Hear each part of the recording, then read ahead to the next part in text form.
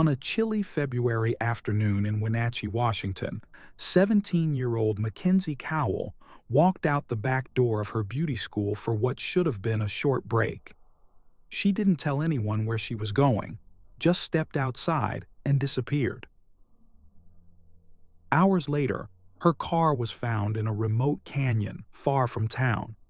It was locked, her purse was still inside, and a single set of footprints led away into the snow. No one knew where she went or what had happened, but something clearly wasn't right.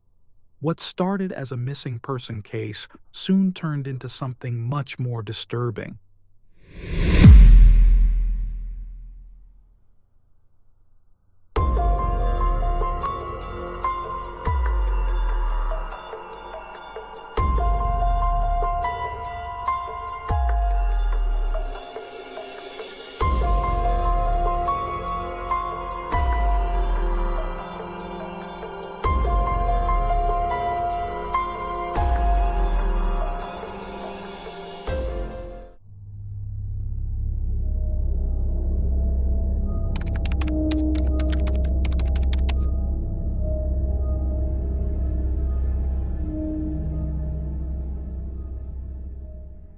In the quiet town of Wenatchee, Washington, 17-year-old Mackenzie Cowell was known as a vibrant and hard-working young woman with a bright future ahead of her.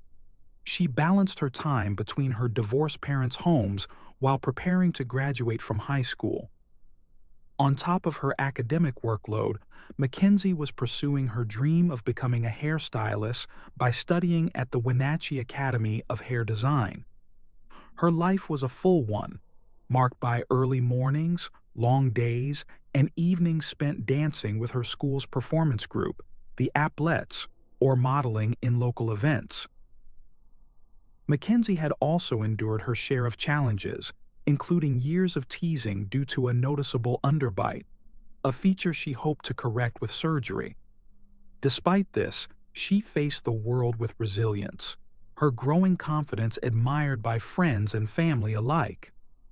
Her father often spoke of her relentless drive and determination. Each day began before dawn and didn't end until well into the evening. At the time, Mackenzie was in a relationship with Joaquin Velocano, and the pair were nearly inseparable. Life seemed to be falling into place perfectly until the events of February 9th, 2010, shattered everything. That evening, Mackenzie had plans for dinner with her father, Reed Cowell. It was supposed to be a rare moment of pause in her packed schedule.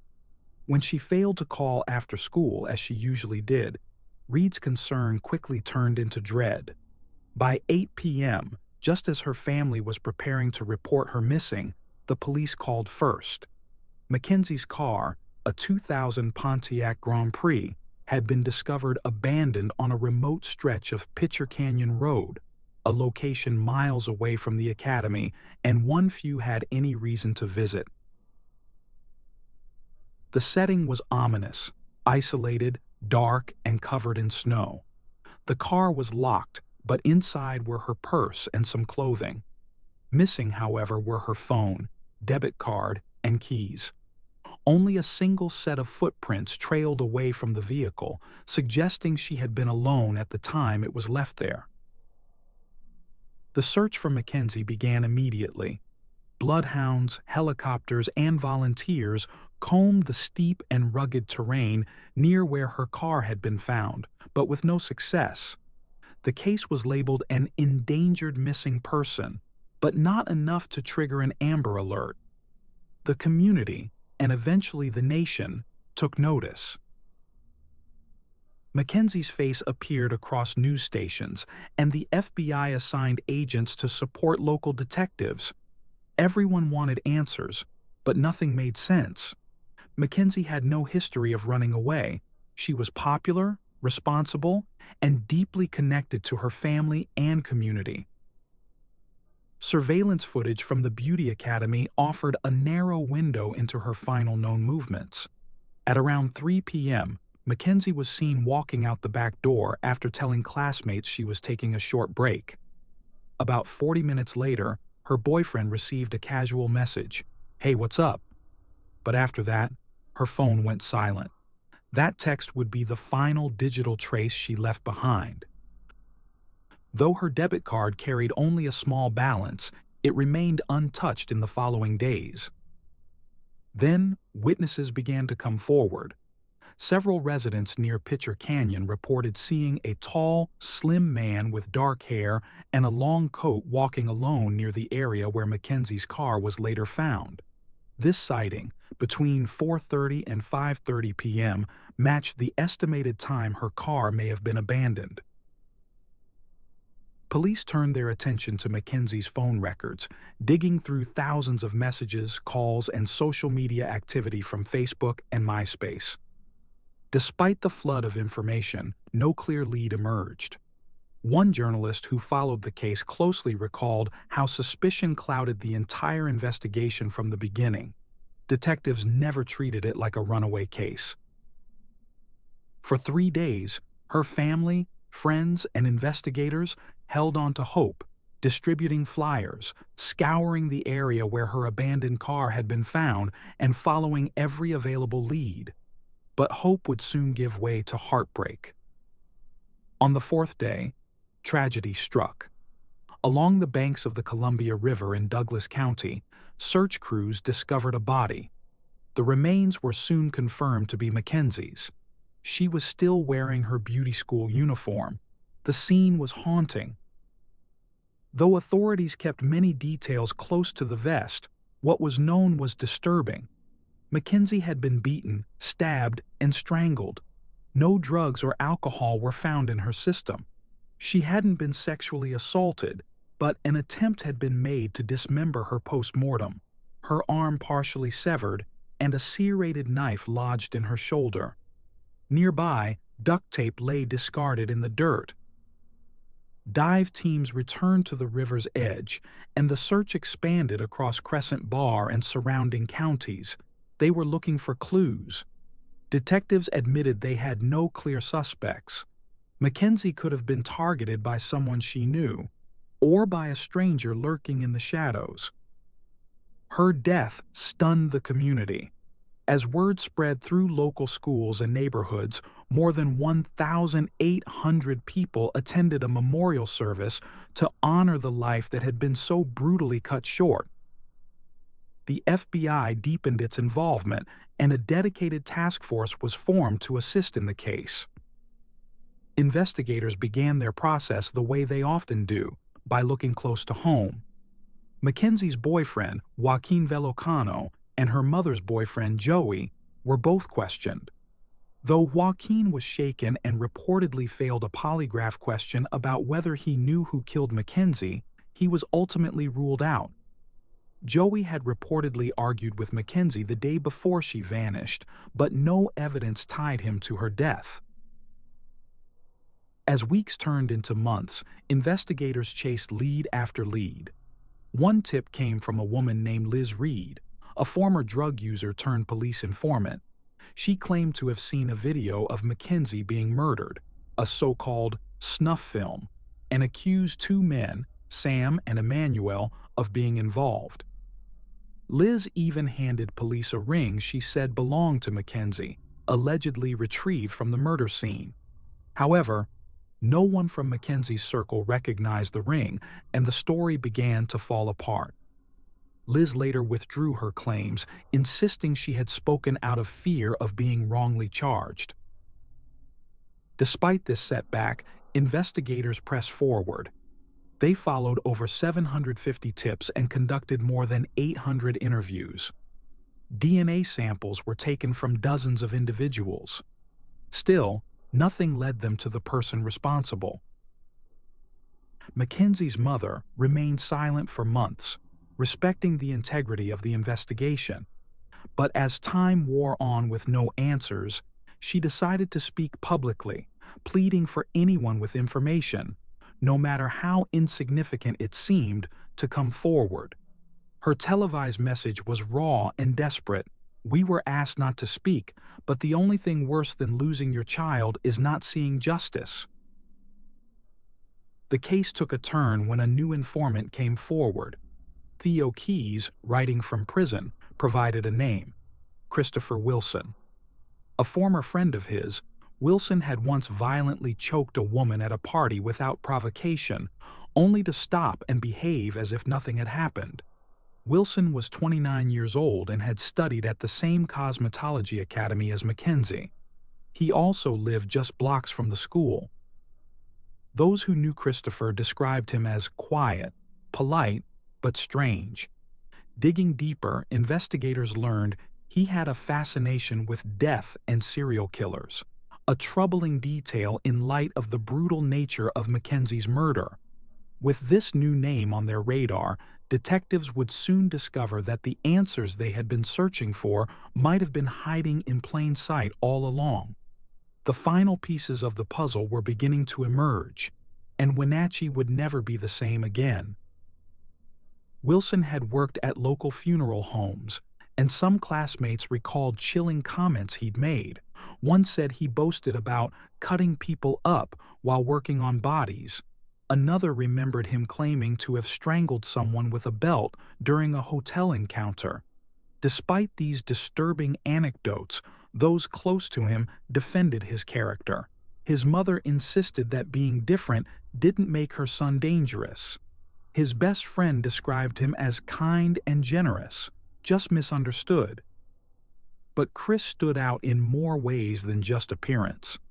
He was at the academy on the same day Mackenzie disappeared and exited through the same back door, just 2 minutes after her. From there, his whereabouts became unclear. While he exchanged a few texts with his ex-girlfriend, no one could verify where he had been that afternoon. He had no criminal history, and when police questioned him, he denied knowing Mackenzie at all. He even agreed to provide a DNA sample. That would prove to be a critical mistake. DNA recovered from a piece of duct tape found near Mackenzie's body matched Wilson. The remote location where her body was discovered made it highly unlikely this was a mere coincidence. When confronted with the DNA match and asked if he had ever been near that area, Chris denied it entirely. Upon hearing that his DNA had been identified at the scene, he asked for a lawyer. The interview ended there. Investigators noted the striking parallel between Chris's obsession with Dexter, a character who dismembers his victims, and the post-mortem injuries found on Mackenzie's body. That, along with the DNA match and the suspicious timing of his departure from the school, was enough to make an arrest. After 8 long months of uncertainty, police arrested Christopher Wilson at the apartment beneath a local salon where he lived. Though he had no relationship with Mackenzie beyond attending the same school, and had even attended her memorial service, comforting friends, he was now in custody, accused of killing her. As detectives searched his apartment and devices, the case grew darker still. A large, discolored patch of carpet tested positive for Mackenzie's blood, disproving Chris's claim that the stain had come from spilled water. Authorities now knew she had been killed in his home, yet how she got there remains a mystery. Mackenzie's father insisted his daughter would never go anywhere with someone she didn't trust. Did they have more interaction at school than anyone realized? Was she tricked or coerced? No one could say for certain. Then came another shocking development. Police arrested 22-year-old Tessa Maria Skylman, a friend of Chris Wilson, on charges of first-degree rendering criminal assistance and obstructing a public officer. Photos retrieved from Chris's computer showed Tessa posing over the same spot on his apartment floor where Mackenzie's blood had been found. Tessa claimed she didn't know about the stain and was simply being photographed by Chris. But video evidence painted a different picture. In one clip, Chris could be heard asking Tessa whether the apartment looked clean. Her response, "Clean considering?" "Yeah, it's clean considering," was unsettling. The footage even zoomed in on the exact spots where Mackenzie's blood was later identified. Tessa said the video was related to Chris's move out and his desire to get his deposit back. While she was arrested and posted bond, Tessa was never formally charged with a crime. Her involvement remains one of the most perplexing elements of the case. Christopher was held on a $1 million bond and pleaded not guilty to the charges. His appearance in the courtroom drew an emotional crowd.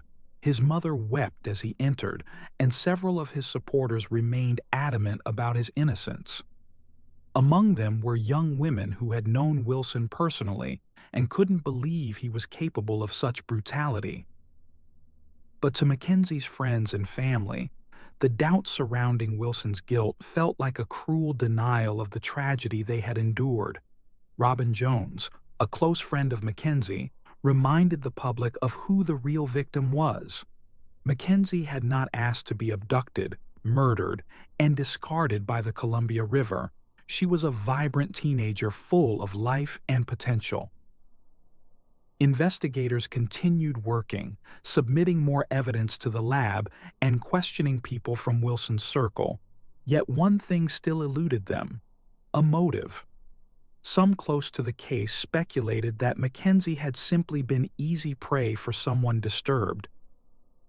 As the legal battle escalated, Wilson's defense team, led by well-known attorney John Henry Brown, whose former clients included the infamous Ted Bundy, worked aggressively to exclude key elements from the trial. A judge eventually ruled that prosecutors could not introduce Wilson's work at local funeral homes or mention his Hannibal Lecter tattoo. The defense also floated conspiracy theories, suggesting law enforcement had planted Mackenzie's blood in Wilson's apartment. They resurrected the abandoned theory involving Sam and Emmanuel, the two men previously accused by informant Liz Reed. Chris's mother supported these claims, convinced her son had been framed. The defense highlighted that no DNA evidence tied Wilson to Mackenzie's car or to the knife found in her body. They also questioned the validity of the ring Liz had claimed belonged to Mackenzie, citing poor quality photos and a lack of recognition from Mackenzie's loved ones. Despite these efforts, prosecutors felt increasingly confident. Wilson's charges were upgraded to first-degree murder, based on the belief that Mackenzie's death was premeditated. If convicted, he faced up to 26 years in prison. In April 2011, a plea deal was offered, 6 years for a manslaughter charge. But Wilson initially declined, maintaining his innocence. Many were shocked. Given the weight of evidence and potential sentence, the offer had seemed unusually generous. As the trial neared, Wilson changed course. He asked to accept the plea, citing results from jury surveys suggesting he would not receive a fair trial. But the 6-year deal was no longer on the table. Mackenzie's family also requested that Wilson write a formal statement acknowledging what he had done. In court, Wilson read, "This is my statement. I also did recklessly cause the death of Mackenzie Cowell by strangulation and by stabbing her with a knife." When asked if this was true, he responded, "Yes." However, afterward, he claimed the statement was false and that he had agreed to it only to secure the deal. He still insisted he had been set up. Ultimately, Wilson pleaded guilty to first-degree manslaughter, first-degree robbery for stealing Mackenzie's phone, and assault in an unrelated case. In May 2012, he was sentenced to over 14 years in prison, receiving credit for time already served. In a deeply emotional moment after the hearing, Mackenzie's family and Wilson's family embraced one another, exchanging apologies. In a case filled with heartbreak, the gesture was a rare moment of compassion. Wilson later attempted to withdraw his guilty plea through the Washington Court of Appeals. His appeal failed. Years passed.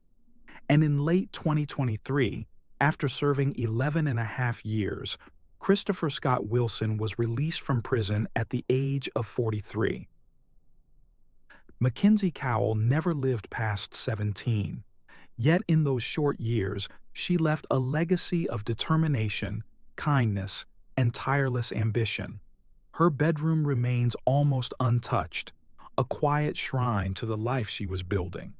Her father, Reed Cowell, keeps a wind chime outside their home. When it stirs in the breeze, he says it's like hearing his daughter speak again. "You are my special gift from God," he says. "You will never leave my heart."